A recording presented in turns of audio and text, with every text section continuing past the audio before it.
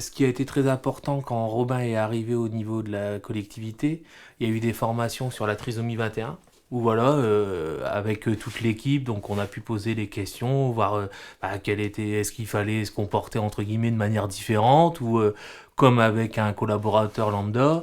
Je pense que ce qui est très important dans cette démarche, c'est qu'elle soit considérée comme un projet d'entreprise. Et je pense que ça, pour moi, c'est une clé du succès. Une chose fondamentale également, c'est qu'il faut tenir compte des déficiences, c'est-à-dire des difficultés d'Élise, en l'occurrence, liées à son handicap. Il faut vraiment en tenir compte parce que si on les nie et si on ne les prend pas en compte, ça veut dire qu'on risque effectivement d'avoir des déconvenues. Dans un contexte de prise en compte des difficultés cognitives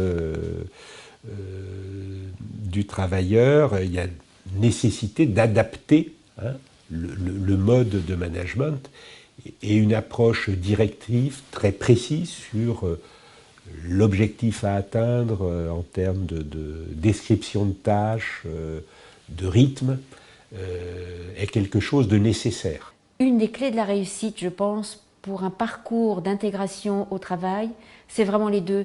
Qu'il y ait de la cohérence dans le projet et qu'il y ait de la cohésion entre tous les acteurs du projet.